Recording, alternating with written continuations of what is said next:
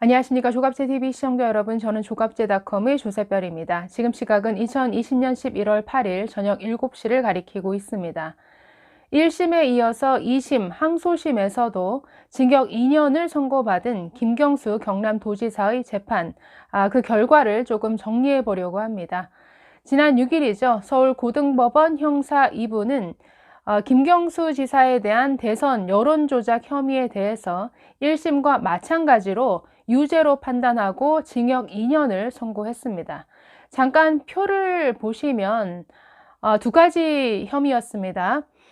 컴퓨터 등 장애, 업무 방해 혐의에 대해서는 역시 1심과 마찬가지로 징역 2년이 선고가 됐고, 다만 공직선거법 위반 혐의에 대해서는 1심과 달리 무죄로 판단했습니다. 자, 공직선거법 위반 혐의를 무죄로 판단한 것은 이런 것이죠.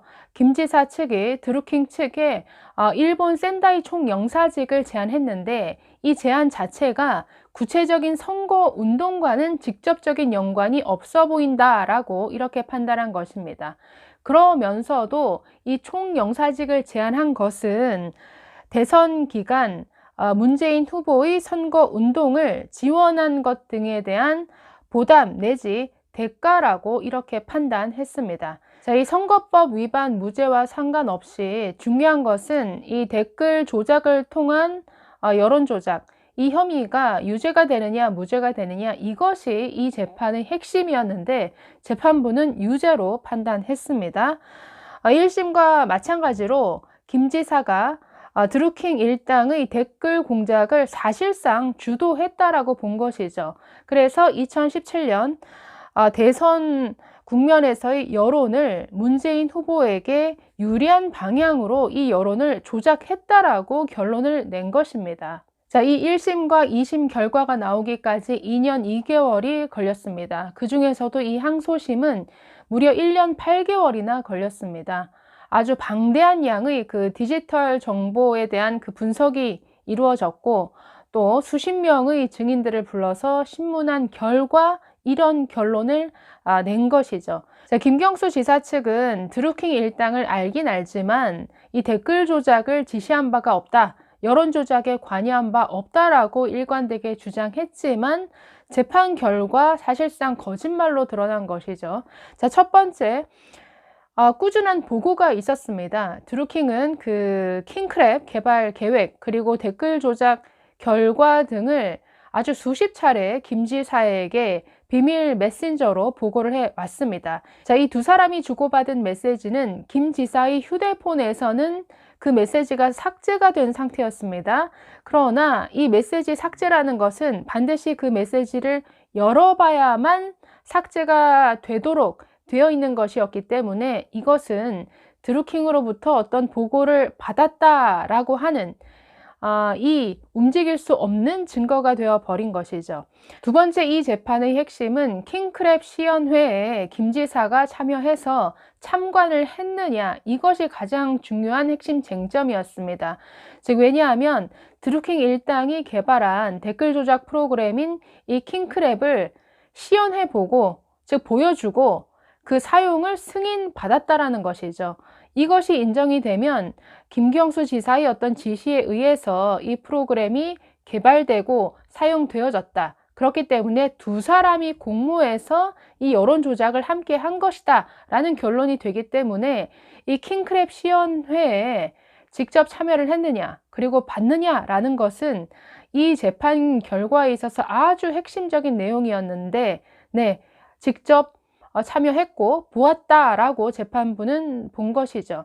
김경수 지사 측은 지금까지 이것을 뒤집기 위해서 계속 다른 증거들이라고 여러 가지 것들을 들이밀었습니다. 닭갈비 영수증을 제시하기도 하고 여러 증인들을 내세우기도 했지만 킹크랩 시연회를 나는 보지 않았다라는 어떤 주장의 증거로 인정받지 못한 것이죠. 자, 김 지사가 킹크랩 시연회에 참관했다라는 이것은 드루킹 일당이 먼저 진술을 했습니다.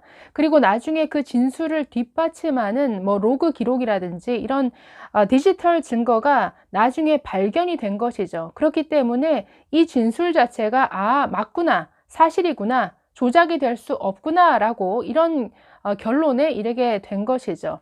자, 심지어 그 김 지사가 드루킹 사무실을 떠난 뒤에 드루킹 일당이 김 지사에게 킹크랩 기능을 보고했다라고 뭐 이런 주고받은 이런 문서까지 나왔기 때문에, 자, 김 지사 측도 킹크랩 시연회가 열렸던 그날, 그 시, 그 장소에 있었다라는 사실까지는 부인할 수 없었습니다.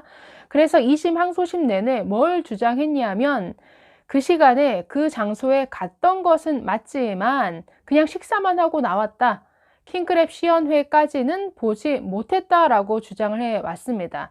그것을 주장하기 위해서 뭐 닭갈비 영수증을 제시를 했죠.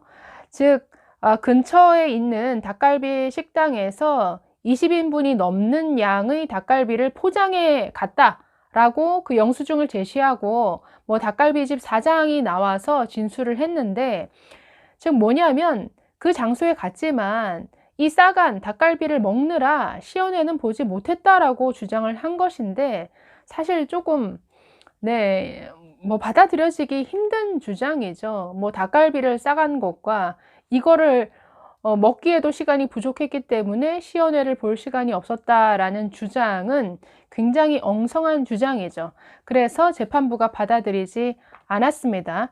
결국 김 지사가 킹크랩 개발 시연을 받고 또 이것을 운용하는 것에 대해서 승인한 것이 분명하다라고 결론 내렸습니다. 자, 정리를 해보면 드루킹 일당이 댓글 조작을 한 규모는 이 특검이 파악한 것만 무려 8,840만 회에 달합니다. 자, 이것은 과거 국정원 댓글 사건의 41만 회와 비교를 해보면 뭐 수백 배의 규모인 것이죠.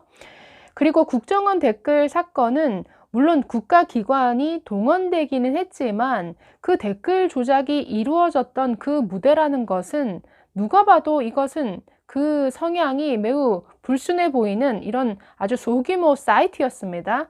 반면에 드루킹 댓글 조작이 이루어진 곳은 어딘가요?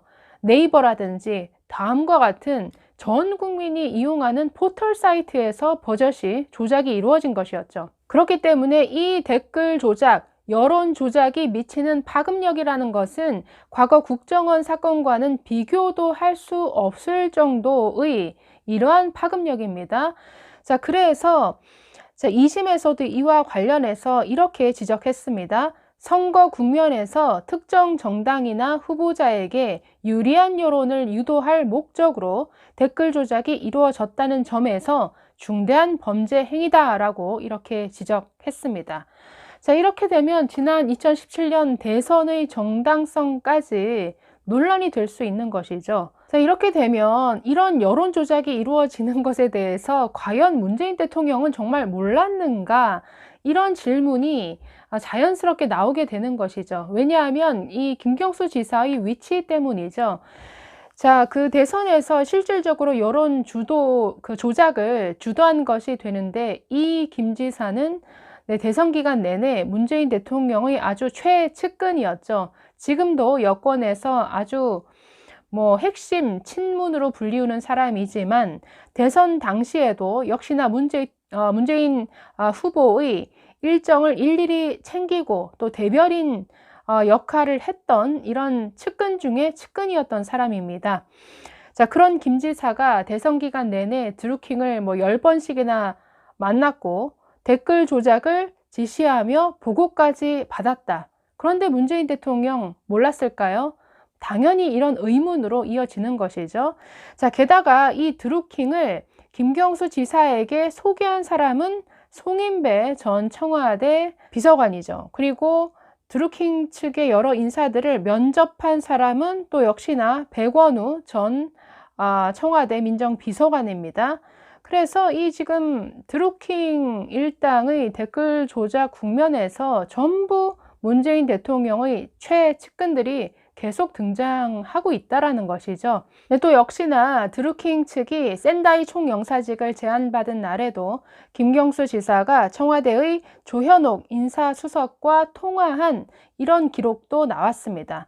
그래서 문재인 대통령의 아주 핵심 측근들이 전부 드루킹 측과 접촉을 했고 뭔가 관계를 맺고 있는 것이 이 재판을 통해서 드러난 것인데 과연 문재인 대통령은 몰랐겠느냐? 이런 의문은 굉장히 상식적인 질문이죠. 자, 이 재판 결과를 두고 야당인 국민의힘에서는 당장 김경수 지사가 그 지사직에서 물러나야 된다라고 주장을 하고 있습니다. 반면 여권에서는 대법원에서 이 판결이 뒤집어질 것을 기대하고 있는데 글쎄요. 대법원의 어떤 판결이라는 것은 법리적인 판단이죠. 1심, 2심까지 수많은 디지털 증거와 수많은 증인들을 불러놓고 이 사실관계에 대한 확인은 이미 다 이루어진 것이고 거기에 대한 어떤 법적 판단을 내리는 것이 옳은 것이었느냐 아닌 것이었느냐를 판단하는 게 대법원 심리인데 글쎄요. 대부분의 전문가들은 이것을 뒤집기는 어려울 것이다 라고 얘기하고 있지만 현재의 김경수 대법원장의 대법원에서는 또 어떤 희한한 논리로 이것을 또 뒤집을지 글쎄 모르겠습니다. 네, 어쨌든 여권의 상당한 압력이 있었음에도 불구하고 1심, 2심을 통해서 이 정도의 진실이 드러난 것만으로도 저는 참 다행이다라는 생각이 드는데 글쎄요, 3심 결과까지는 조금은 또 기다려 봐야 할 것 같습니다. 감사합니다.